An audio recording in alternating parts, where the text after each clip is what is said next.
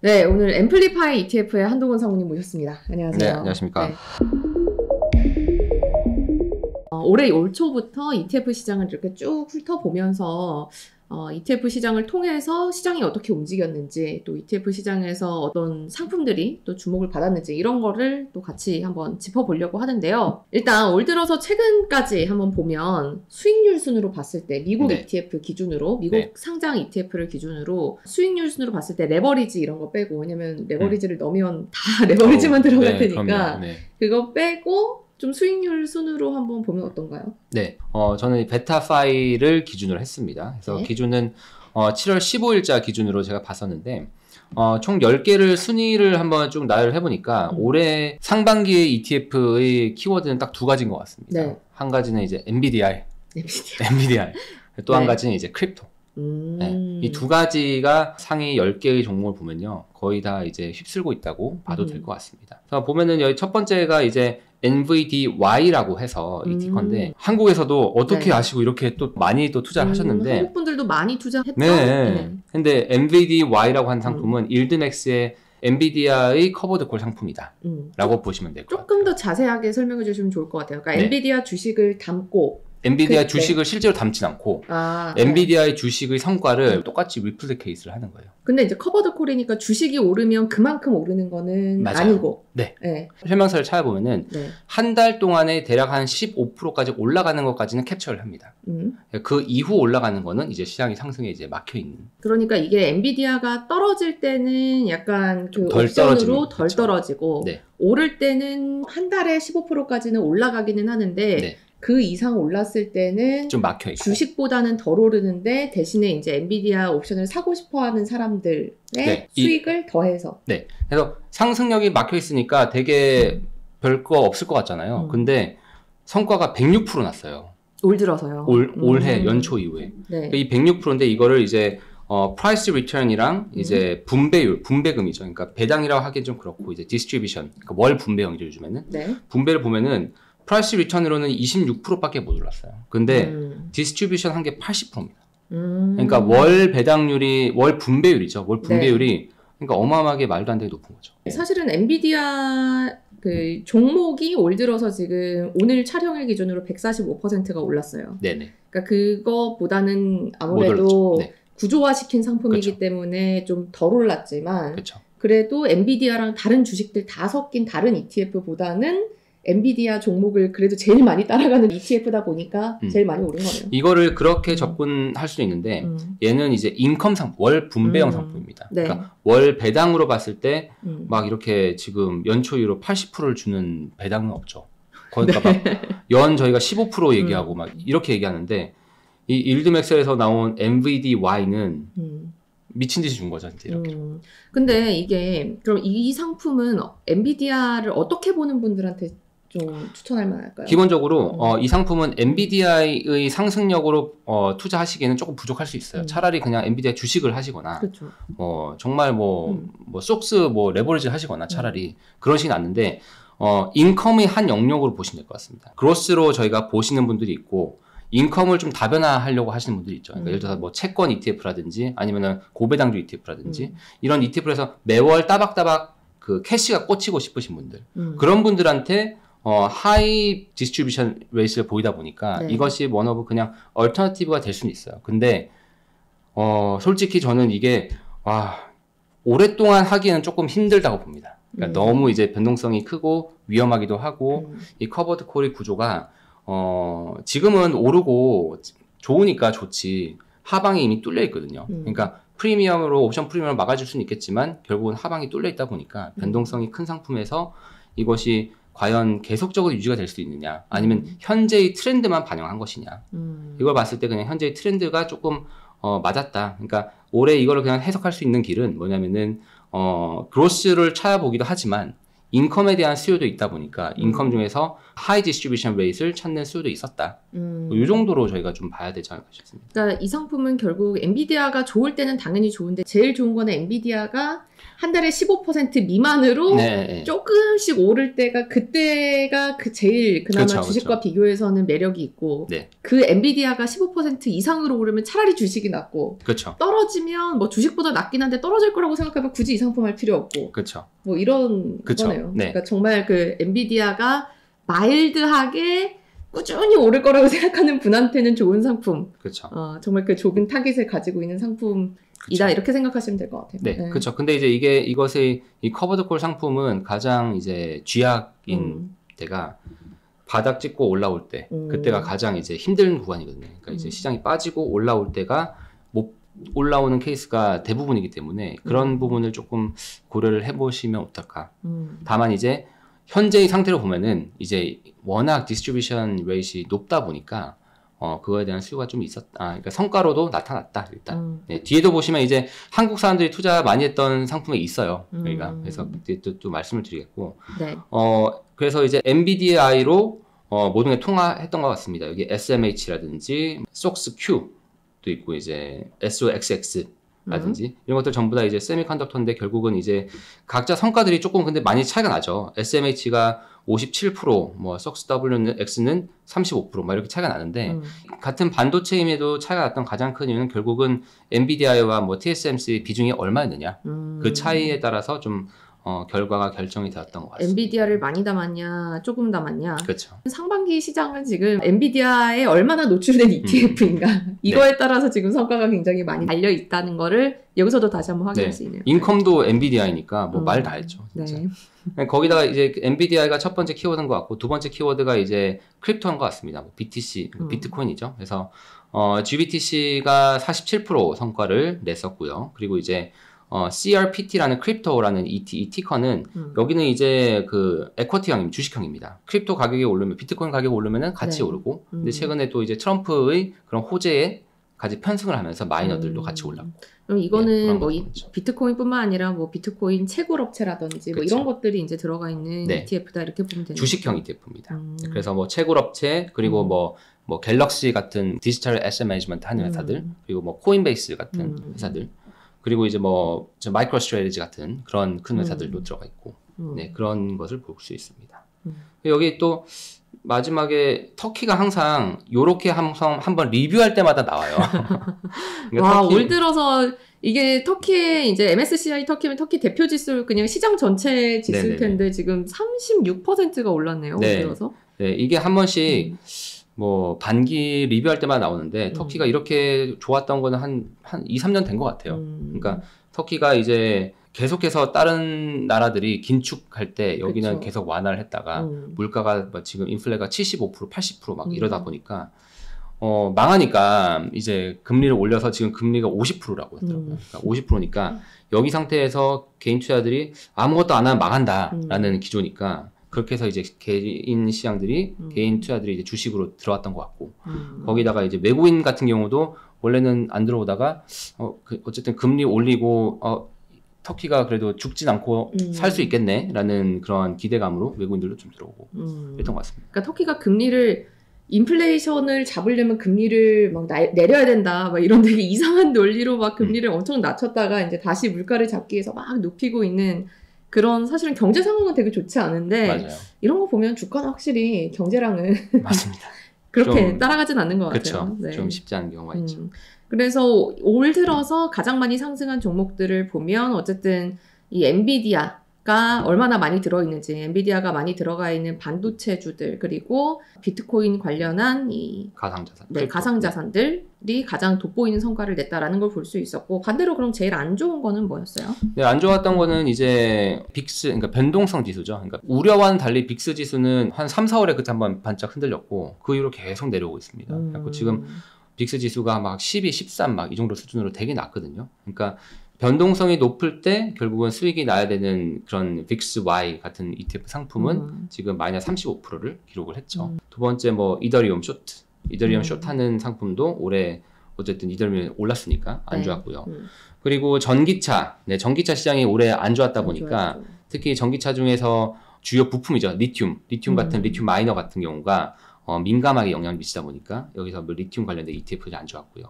특이한 점은 여기 K-팝이란 또 ETF가 있습니다. 아, 한국 기업들 담은 ETF. 상장할 때도 한국에서도 굉장히 관심을 많이 네. 받았던 건데. 근데 지금 그 규모가 2 밀리언밖에 안 돼요. 2.5 밀리언 정도밖에 안 되고 안 좋죠. 뭐 네이버, 카카오, 뭐 엔터즈 요즘에 뭐 하이브 다 있으니까 성과가 좀 안 좋았던 것으로 지금 나와 있습니다.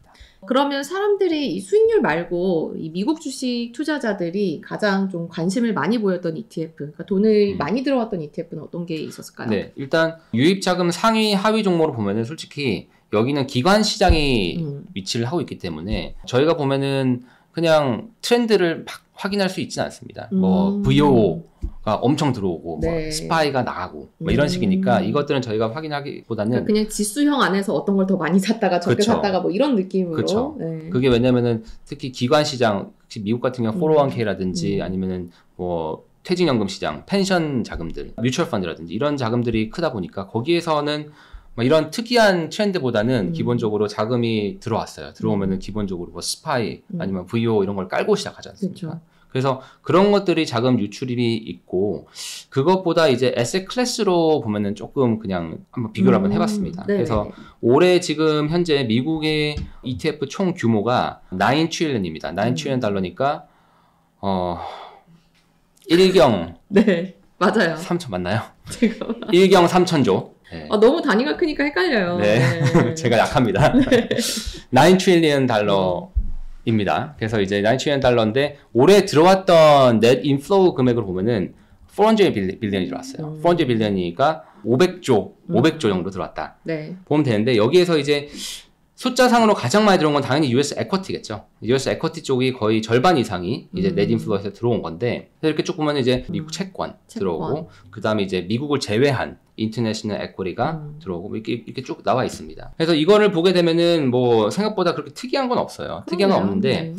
이걸로 보지 말고 이제 전체의 ETF 자산에서 넷 인플로우가 차지하는 그 유입 강도가 어떠냐를 보는 게 조금 더 의미가 있습니다. 그러니까 이제 전체 덩치 대비해서 얼마나 더 추가가 몇 퍼센트가 그쵸. 더 추가됐냐? 그렇죠. 쉽게 얘기해서 현재 미국의 ETF 시장이 9.2 트릴리언 달러인데 올해 들어온 금액이 406 빌리언이 들어왔습니다.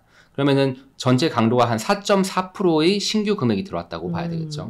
요런 측면에서 봤을 때 가장 에셋 클래스가 많이 뭐 주식, 채권, 커머디티, 커런시는 이제 크립토가 포함이 돼 있어요. 그래서 네, 그래서 가장 특이한 건 이제 커런시죠. 커런시가 지금 26% 가까이 자금이 들어왔습니다. 네. 여기는 이제 뭐 당연히 이제 비트코인만 있는 것이 아니라 뭐 이제 뭐 US 달러, 그러니까 환 관련 ETF들이 뭐 다 포함이 돼 있고 하겠죠. 근데 이제 올해 비트코인 ETF가 자금 유입이 상당히 커지 않습니까? 그렇죠. 네, 그렇게 크다 보니까 올해 지금 커런시의 관련된 ETF가 확 늘었죠. 거의 26% 가까이 늘었습니다. 그리고 또 좀 특이한 거는 뭐냐면은 얼터너티브.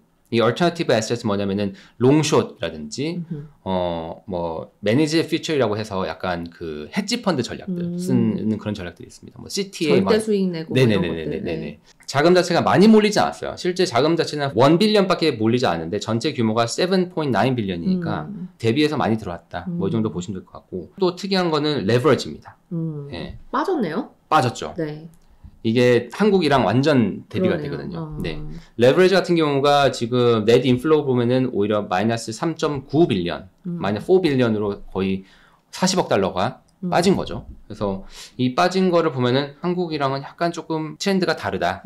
한국은 레버리지 상품들이 인기가 많은데 네네네. 미국에서는 지금 올 상반기까지 보니까 레버리지 상품에서 돈이 좀 많이 빠졌다. 네네. 근데 그만큼 그거는 이제 변동성에 대한 좀 두려움이 있었다고 봐야 될까요? 이게 ETF 시장을 어떻게 바라보느냐, ETF를 어떻게 바라보느냐의 차이인 것 같은데, 한국은 ETF를 적극 투자형. 그렇죠. 그러니까 그분들이 많이 하세요. 그분들이 하시고 하는데, 미국은 반대로 말씀드렸듯이, 에셋 얼로케이션 차원에서 기관들이 자금이 있습니다. 기관들 입장에서는 레버리지 같은 상품 잘 안 하잖아요. 누가 ETF 시장을 이렇게 주도하느냐, 그 차이가 일단은 좀 미국과 한국의 차이인 것 같습니다. 그러니까 한국에서는 내가 변동성이 좀 크더라도 리스크 테이킹을 많이 해서 수익을 많이 낼 수 있는 그런 어떻게 보면 개인 중에서도 좀 이렇게 고수익을 노리는 네. 그런 분들이 이제 ETF 시장의 주요 고객이라면 네. 미국에서는 그렇지 않고 뭐 장기 자금들, 뭐 기관들 이런 쪽이 중심이다 보니까 그렇죠. 레버리지는 그렇게 인기가 없는 오히려 자금이 빠지고 있네요. 네. 그렇죠. 그러니까 뭐 미국도 뭐 레딧 활용해서 많이 하시는데 전체적인 큰 파이로 보면은 이제 기관 시장이 크다 보니까 이 데이터를 내보면은 레버리지는 빠진 걸로 일단 나옵니다. 그럼 이제 많이 들어온 ETF로만 그냥 질문에 답을 해보자면은 VO 뱅가드 S&P 500이 46 빌리언이 들어오면서 제일 많이 들어왔어요. 그리고 이제 IVV라고 하는 코어 S&P 500 그리고 뭐 QQQ, VTI 이런 거 다 이제 제너럴한 상품이죠. 그러니까 이것들은 결국은 막 개인들이 했다기보다는 에셋 알로케이션 차원에서 뭐 자금이 뭐 보험사로 돈이 들어오거나 아니면은 401k로 돈이 들어오면은 그 기관들이 자금 움직일 때 결국은 사는 미국 주식시장 전체를 보고 그냥 투자하는 그런 ETF에 가장 자금이 많이 들어왔다. 네네. 그럼 빠진 거를 보면 근데 빠진 것도 또 비슷해요. 맞아요. 빠진 거 SPY가 제일 많이 빠졌는데요. 맞아요. 네. 이거는 그래서 의미가 없다는 겁니다. 그러네요. 의미가 없네요. 네. 보통 항상 서로 거꾸로 해요. 음. VO가 들어오면 SPY 나가고 이런 식이니까 이걸 가지고 트렌드를 저희가 확인할 수는 없어요. 그렇네요. 기관들이 그냥 똑같이 S&P 500 하는데 여기 넣었다가 저기 넣었다가 이렇게 그렇죠, 왔다 갔다. 여기서 돌리고 이거 왜 그런 거예요? 영업을 어디가 더 열심히 하냐의 차이인가? 뭐 항상 이제 나눠진 놓아놓은 땅을 이렇게 하는 것도 있을 것이고 특이사항은 이제 그러니까 많이 들어온 게 iShares 비트코인이 이제 18 빌리언이 들어왔는데 네.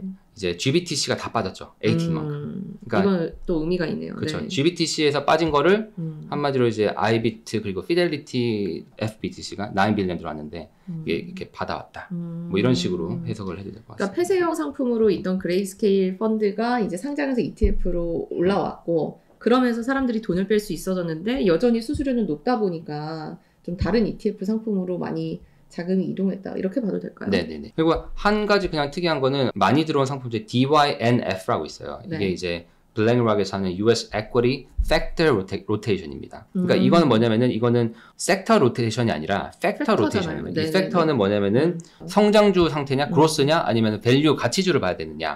그리고 사이즈도 대형주가 가느냐, 중소형주가 가느냐. 볼라틸리티도 이제 로우볼이 좋으냐 아니면 하이볼이 좋으냐 변동성이 적은 게 좋냐 그쵸. 큰 게 좋냐 그렇죠. 그런 거 이런 걸 팩터라고 하는데 항상 각 장세마다 어떤 팩터가 조금 우위를 보이는 시장이 있습니다. 네. 그러니까 뭐 지금 같은 경우는 뭐 당연히 그로스가 좋고 뭐 모멘텀 플레이가 좋고 이런 거겠죠. 빅 사이즈가 좋고 이런 것들처럼 이제 블랙락에서 만든 아마 모델이 있겠죠. 팩터 로테이션 모델이 있겠죠. 그 모델을 가지고 이제 이러한 순환 매장에서 적극적으로 좀 대응을 하는 거죠. 그런 ETF가 9 빌리언이 들어왔던 것이 조금 특이했습니다. 시장 색깔이 바뀔 때 그거에 맞춰서 이제 블랙락이 전략을 바꾸는 ETF에 돈이 좀 많이 들어왔다. 네네. 이것도 재밌네요. 시장에서 약간 시장의 색깔이 바뀌는 어떤 그런 것들을 그것을 캡처했다는 거죠. 기대했다는 거고 재밌는 그거 포인트가 될 수 있겠네요. 네네.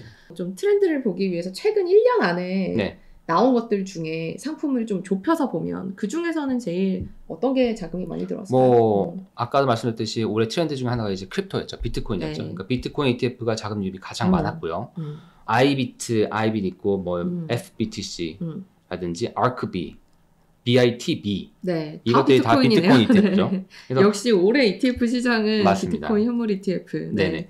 이것이 주류였고 자금이 많이 유입된 것의 트렌드를 보면은 이거는 약간 솔직히 투자자 입장에서의 얘기는 아니고 네. ETF 업계 얘기가 될 것 같습니다. 무슨 얘기냐면은 ETF가 계속해서 인기를 많이 끌고 있죠. ETF가 거의 뭐 뮤추얼 펀드를 대응을 하고 있는 거의 대체하는 시장인데 이 트렌드가 지금 미국에서 결국 일어나고 있는 겁니다.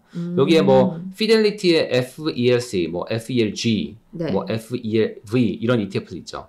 이런 것들이 뭐냐면 원래는 피델리티가 갖고 있는 뮤추얼 펀드였거든요. 이 뮤추얼 펀드가 ETF로 전환을 한 겁니다. 네.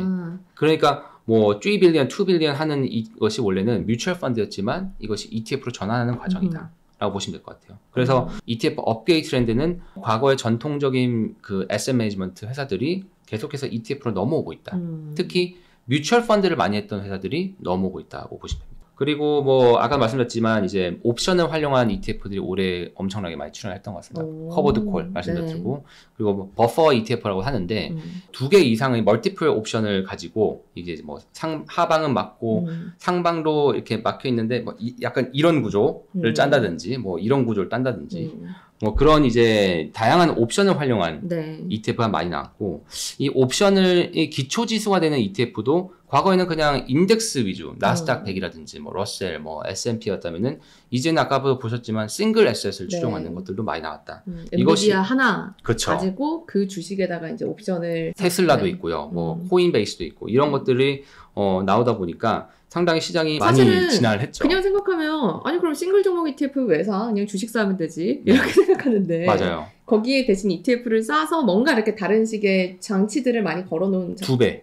쉽게 얘기해서 2배라든지 뭐 NVDL 이 ETF는 엔비디아 2배니까 한마디로 레버리지 상품까지 하거나 인버스 하거나 이런 것들이 있다 보니까 엄청 다양해지는 것 같아요. 아, 엔비디아의 인버스를 상상만 해도 쉽지 않네요. 네. 네. 어쨌든 그만큼, 그러니까 싱글 스탁으로 ETF들이 많이 나오면 그만큼 좋을 때는 또 좋고, 그렇죠. 또 굉장히 변동성이 큰, 그러니까 포트폴리오 투자보다는 그냥 개인이 주식 시장에서 하기 어려운 투자들을 좀 ETF로 쉽게 할 수 있는 그런 맞습니다. 느낌들이네요. 맞습니다.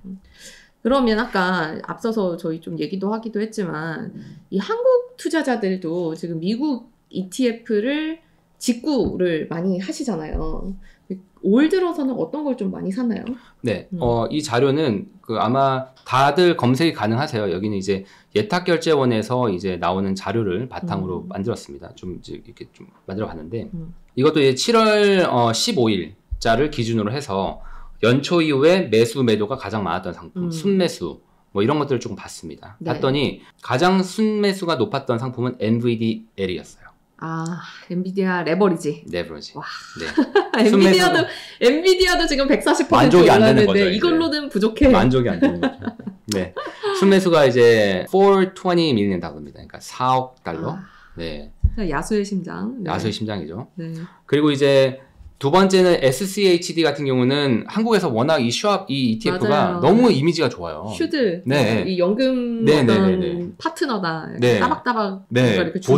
보수도 네. 싸고 뭐 근데 이제 인컴이 그렇게 높진 않지만 어쨌든 이제 SCHD는 거의 그냥 깔고 가는 것 같아요. 그러니까 이 SCHD나 VOO가 있는 걸 봤을 때 그래도 이제 뭐 한국 투자분들 많은 분들이 포트폴리오를 쌓으시는 분들도 많다라는 느낌이 좀 많이 들었습니다. 예를 들어서 뭐 SCHD를 기본으로 깔고 VO를 깔고 뭐 QQQ를 깔고 거기에 이제 위성 전략으로 이제 뭐 트레이딩 하신다든지 그런 것들 보면서 아 그래도 한국이 그래도 투자분들이 과거에는 정말 트레이딩 위주의 그것이 강했다면은 조금은 이제 포트폴리오 관점에서 보시는구나 이것들을 좀 확인할 수가 있었어요. 순위를 보니까 단짠이에요. 아, 네네. 일단 엔비디아 레버리지 있고 그 다음에 조금 얌전한 네네네. 상품이 있다가 또 다시 이렇게 매콤해.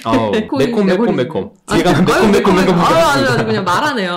네. 그래서 이렇게 보게 되면은 포트폴리오 관점에서 접근하시는 분들도 조금은 생겼지만 아직까지는 우리나라에서는 역외 ETF를 하시는 분들은 트레이딩 관점에서 그리고 특히 이제 이 한글말 구독자분들 또 적극 투자형이 되겠죠. 그런 분들 같은 경우가 이런 것들 많이 하시는 스타일이다라고 보시면 될 것 같은데 여기 또 재밌는 게 이제 제가 매수 매도 금액이 있고 매수 대비 매도 이걸 넣어놨어요. 이걸 넣어놓은 게 뭐냐면은 한마디로 매수 대비 매도가 높다는 건 한마디로 샀다 팔았다의 비중이 높다는 얘기잖아요. 네네. 그래서 그러네요. 이 비중이 높을수록 트레이딩 비중이 높다. 단순하게. 이렇게 재밌다. 네네. 단순하게 그냥 이렇게 생각을 했습니다. NVDA는 88% 나오죠. 근데 슈왑 같은 경우는 64%, VO는 54% 낮죠.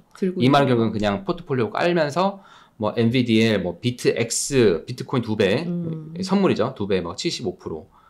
쭉 있고 여기 뒤에 가면 SQQQ는 94%예요. 네. 그러니까 그냥 거의 들고 그렇죠. 있지는 않고. 이건 이제 울트라 프로 숏 QQQ니까 그렇죠. 엄청 팔았겠죠. 이렇게 보면 또 데이터가 재밌어요. 그리고 뒤에 SOX S, Bear죠. 그러니까 세미컨덕터 세배 인버스는 97%가 샀다 팔았다. 정말 이거는 순간적으로 빠질 때 샀다 팔았다 이거거든요, 결국은. 네. 그러니까 상품 특성상 사실은 그게 맞는 것 같아요. 맞아요. 네. 이렇게 레버리지가 많이 걸렸고 특히 숏 같은 경우는 그거를 뭐 들고 있을 이유는 없고. 그렇죠. 이렇게 왔다 갔다 하기가 한국 좋은 투자자분들이 상품이죠. 진짜 제일 잘하는 것 같아요. 네. 트렌드에 가장 민감하고 진짜 가장 리스크 테이킹에 적극적이고 그런 특성이 여기서도 진짜 나타나는 것 같습니다. 네. 그래서 보면은 레버리지 인버스 같은 이런 것들 그리고 이제 뭐 싱글 에셋 관련 아까 말씀드린 NVDY 또는 NVDL 같은 싱글 에셋 같은 좀 트렌디하고 특이하고 근데 이제 이거를 조금 더 봉뚱그리면은 하이 리스크 하이 리턴. 하이 리스크 하이 리턴에서 한국 투자자의 비중이 또 엄청 높아요. 이게 보면은 또 옆에 뭐야? ETF 전체에서 네. 한국 투자자 한국이 투자자 비중. 이걸 또 한번 봤습니다. 보면은 이거는 어떻게 뽑으셨어요? 이것도 그냥 다 하실 수 있어요. 그러니까 한국 투자자는 예탁원에서 그리고 펀드 전체 순매수는 그냥 이게 펀드 플로우가 나와요. 네네네. 네. 그래서 이제 한국인들 보유 금액이랑 해가지고 그렇죠. 보신 거구나. 올해 순매수 금액. 그러니까 펀드 전체에서 NVDL이 2.8 빌리언이 들어왔는데 한국 사람이 400 밀리언을 갔습니다. 네네네. 그러니까 한국 비중이 15%인 거죠. 와. 꽤 높은 거죠. 그렇네요. 우리나라가 ETF 시장에서 차지하는 비중이 1%가 안 됩니다. 우리나라의 ETF 국내 예. ETF 시장이. 국내 ETF 시장이. 네. 그냥 뭐 단순하게 비교를 할 수는 없겠지만 일단은 ETF 시장의 규모로만 보면은 그런 시장인데 NVDL이 15%나 되고요. 여기 보면은 이제 슈왑 SCHD도 높아요. 그러네요. 한국 사람들이 사랑하는 고배당주인 것 같습니다. 근데 보면 여기는 한국으로 마케팅을 오셔야겠네요. 한국인들이 이렇게 많이 사는데. 여기 그래서 그레나이트 쉐어스라고 하는 네. 데랑 일드맥스가 관심이 많습니다. 그럴 것 같아요. 한국인들이 이렇게 많이 사는데. 네. 여기 보면은 이제 코인베이스의 그 커버드 콜 24%. 네. 그리고 비트U 그럼 비트코인 선물 2배 38%. TSLT 테슬라 2배짜리 56%. 역시 이게 한국인이 좋아하는 조합이네. 테슬라의 레버리지. 네. 그러니까 갑자기 이 전체 외국에 상장해 있는 미국에 상장해 있는 ETF는 한국인이 막 56% 그렇죠. 사고를. 이러니까 뭐 이런 ETF 회사들이 한국 도대체 뭔데? 뭐야? 왜 이렇게 사람들이 많이 사? 뭔데? 네. 놀라죠. TREX라는 ETF 회사가 56% 이 TSLT 56%가 한국에서 들어왔으니까 뭐 말이 비토 있죠. 비토 프로시얼스의 비트코인 이 피처스 ETF 네. 191%. 이게 이 수치가 어떻게 나와요? 그러니까 이제 네. 다른 나라에서는 판 거죠. 팔고 그러니까, 한국에서는 네, 사고. 전체에서 이제 전체가 이제 42 밀리언이 들어왔는데 한국은 80 밀리언을 산 거죠. 근데 비토는 솔직히 기관들도 많이 써요. 기관들도 이제 해칭하는 용도로 그러니까 스팟 비트코인 나오면서 네. 이걸 이제 해칭을 하려면 이제 반대 포지션을 잡고 해야 되니까 그러니까 이걸 스퀘어를 포지션 제로를 만들기 위해서 그래서 비토를 보통 많이 활용하거든요. 뭐 어쨌든 이런 식입니다. 그래서 재밌네요. 이거를 봤을 때 확실히 우리나라의 레버리지를 좋아한다라고 단순하게 얘기하면 안 되고 우리나라의 투자들은 적극 투자형이다. 적극 투자형이기 때문에 이것들을 보면 좋겠다. 근데 제가 좀 보면서 솔직히 조금 이해가 안 가는 측면이 있습니다. 뭐냐면은 우리나라에 지금 스팟 비트코인 ETF는 막혀 있잖아요. 그렇죠. 현물 비트코인 ETF 현물은 안 되는데 여기 보시면 아시겠지만 상위 ETF 종목에서 4등이 비트X예요.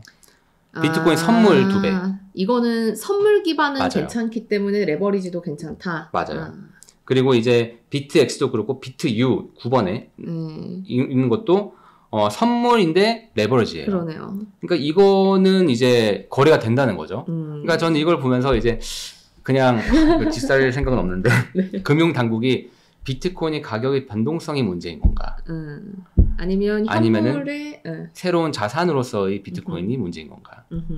봤을 때 결국은 이제 뒤에 거라고 판단이 되는데 일단 약간 이거는 약간 아리송하긴 합니다, 솔직히. 그래서 뭐 이런 것들이 일단은 특징이었다라고 볼 수 있을 것 같습니다. 그러니까 한국에서 사실은 ETF를 그러니까 주식을 공부하는 그러니까 주식뿐만 아니라 ETF를 알고 또 그거를 한국에서 사는 게 아니라 미국에서 직접 사실 정도면 사실 공부도 정말 많이 하시고 그만큼 투자에 대한 어떤 리스크 테이킹이나 정말 그런 것들을 많이 알고 트렌드에 또 민감하신 분들이 진짜 많이 하는구나라는 걸 이걸 보니까 딱 드러나네요. 사실 요새 시장 색깔을 보면 그동안 많이 올랐던 게 이제 좀 빠지고 좀 못 올랐던 것들이 올라오고 좀 이런 장의 흐름이 보이거든요. 근데 이런 시장에 이렇게 가는구나, 순환매로 가는구나라는 아이디어는 있는데 순환매에서 그럼 어떤 종목이 오를지는 픽하기가 좀 어려워. 맞아요. 이렇게 생각할 때가 ETF를 이제 보기 좋을 때 같은데 네네. 어떤 걸 좀 보면 좋을까요? 그래서 아까 말씀드린 게 많은 전통 레거시 그런 SM 매니저들이 지금 ETF로 많이 들어온다고 했잖아요. 이들은 이제 액티브 펀드로서 뭐 20-30년 운용을 했던 경험이 있고 이제 펀드에서 ETF로 오게 되면은 가장 좋은 점이 뭘까요? 투자자 입장에서요? 네. 사고 팔기가 좋다? 그리고 또 한 가지 뭐냐면은 우리가 포트폴리오를 그냥 실시간으로 볼 수 있다는 거. 포트폴리오 실시간으로 볼 수 있다는 거. 그리고 액티브 ETF의 장점은 또 뭐냐면은 패시브 ETF는 매니저의 코멘트라는 게 의미가 없죠. 그렇죠. 근데 그냥 사는 거니까. 네, 액티브 ETF는 이제 매니저의 주관적인 관점이 들어가기 때문에 매니저의 코멘트를 보면서 실제 포트폴리오를 보면서 트렌드를 파악할 수 있습니다. 네, 이건 솔직히 이제 조금 더 이제 분산 능력이 좀 요구가 되죠. 네. 근데 네. 이 ETF들이 항상 시장을 비트하진 않습니다. 아니죠. 네. 네. 펀드 매니저가 다 잘하는 건 아니니까. 그럼요. 네. 그러니까 성과가 지금 좋은 것들이 몇 개 골라놨는데 제가 규모가 큰 것 중에서도 근데 RH, RX 이거는 성과가 제일 좋아서 제가 꼽아놓은 건 합니다. YTD로. 근데 이제 뭐 DYNF라든지 뭐 ASR 거의 안 들어봤죠. 엔필드라는데 못 들어보셨잖아요. 그렇죠? 네, 처음 봐요. 이건 또 그냥 미국에 있는 이제 그 액티브 운용사입니다. 여기들을 좀 참고하시면서 그냥 이제 그들의 트렌드를 그냥 보시고 내가 맞게 투자를 하시면 될 것 같아요. 이 ETF가 정답일 수는 없을 것 같아요. 네. 그러니까 이 ETF들은 어쨌든 미국의 전문 자산 운용사들이 그 안에서 이제 펀드 매니저들이 지금 시장의 색깔은 이런 것 같아. 그래서 이게 아마 성과를 잘 낼 거야 라고 생각하는 대로 운용하니까 이거를 좀 보면서 참고하시면 좋을 것 같다. 네. 그래서 이런 ETF는 단점은 뭐냐면은 뭐 지금 대형주가 아니라 중소형주 장세야 하면은 대형주 다 팔고 중소형주를 못 가는 펀드거든요. 그러니까 좀 뜨뜻미지근할 수 있어요. 그러니까 우리가 원하는 거는 방향성을 보고 조금 이렇게 팍 갈 수 있는 거를 원하신다면은 이런 ETF는 뜨뜻미지근할 겁니다. 그러니까 시장보다 조금 좋을 정도. 근데 이제 이걸 통해서 여기는 그 사이즈가 이제 그 라지에서 뭐 스몰 미디움으로 좀 늘었네. 이런 이번에 이렇게 봐도 되겠네. 요 정도의 그런 뭐 스몰캡이 더 좋다고 본다면 그럼 나는 뭐 러셀 2000이라든지 뭐 좀 이렇게 작은 종목들이 모여 있는 걸 한번 해볼까? 뭐 이런 식으로도 그쵸. 좀 투자 아이디어를 얻으실 수 있을 것 같다. 네네네. 그러면 마지막으로 ETF가 이제 제일 좋은 점이 뭔가 하나 종목 꼽는 거 말고 어떤 트렌드가 올 거라고 생각하면 이제 거기에 맞춰서 투자를 하는 거잖아요.